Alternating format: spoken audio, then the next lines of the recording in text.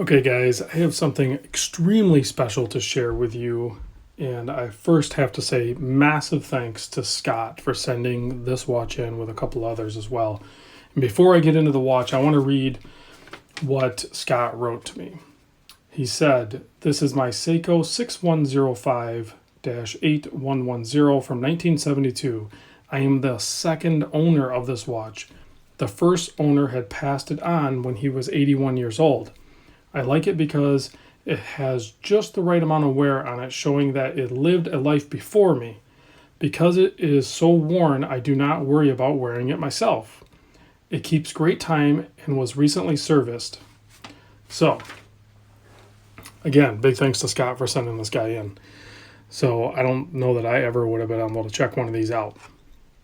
And he is not lying about the right amount of patina on this guy. You can see he should not be afraid to wear this at all because it is patinaed up, but yet it still holds enough. It's not like destroyed, I guess. The case is banged up a little bit, and that is good. Even the crystal is a little, I don't want to say scratched, but it seems a little dull. And then the scratching on the bezel insert is like perfect.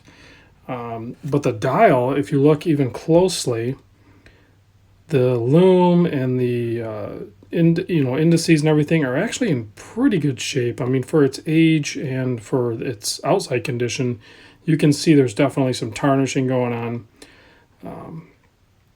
But overall, it's actually in pretty good shape, considering most of these have been like just obliterated, destroyed, because these were purchased to wear, and guys wore them and used them up. So even when you find one in this condition that is still wearable and usable, it's pretty slick. So from my perspective, I'm not going to get into all of the history of the watch. There's tons of articles out there and maybe even videos out there.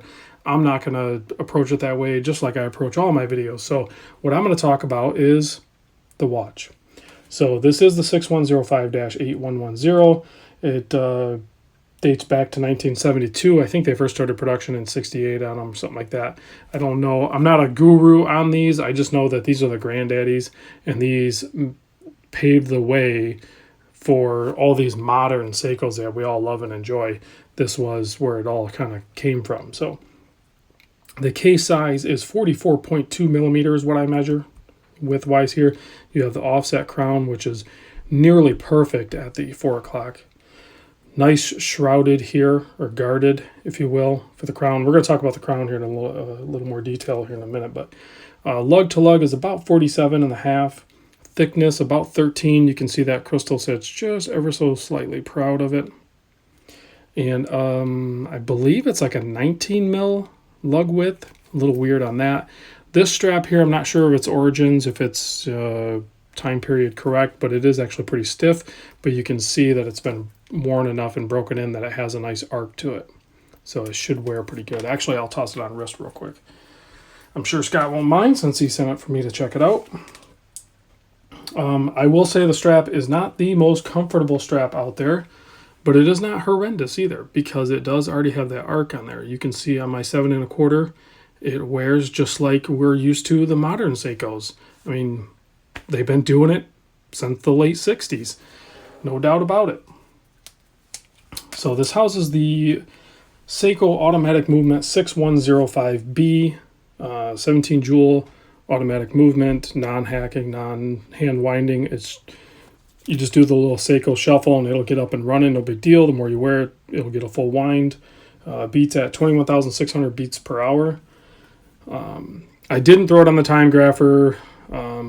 Maybe I will. I need to get a full wind on it because I did throw it on there briefly, but it was pretty erratic. So I just picked it up and gave it a little shuffle. That's not fair to do that. It needs a full wind. So size-wise, it's very comparable to say like a modern day turtle. Certainly. I mean, you can tell that's where its origins are from. So now the bezel, you can see, is basically a true coin edge. I'm not sure why Seiko doesn't return to that. A nice sharp coin edge would be perfect. We would probably not mod that. It is also bidirectional.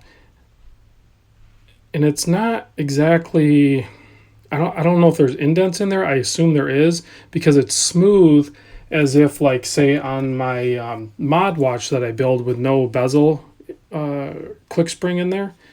It feels similar to that, like it's kind of smooth, but then there's like these little itty bitty notches that you can just kind of feel it drop into, and it wants to stop in those locations.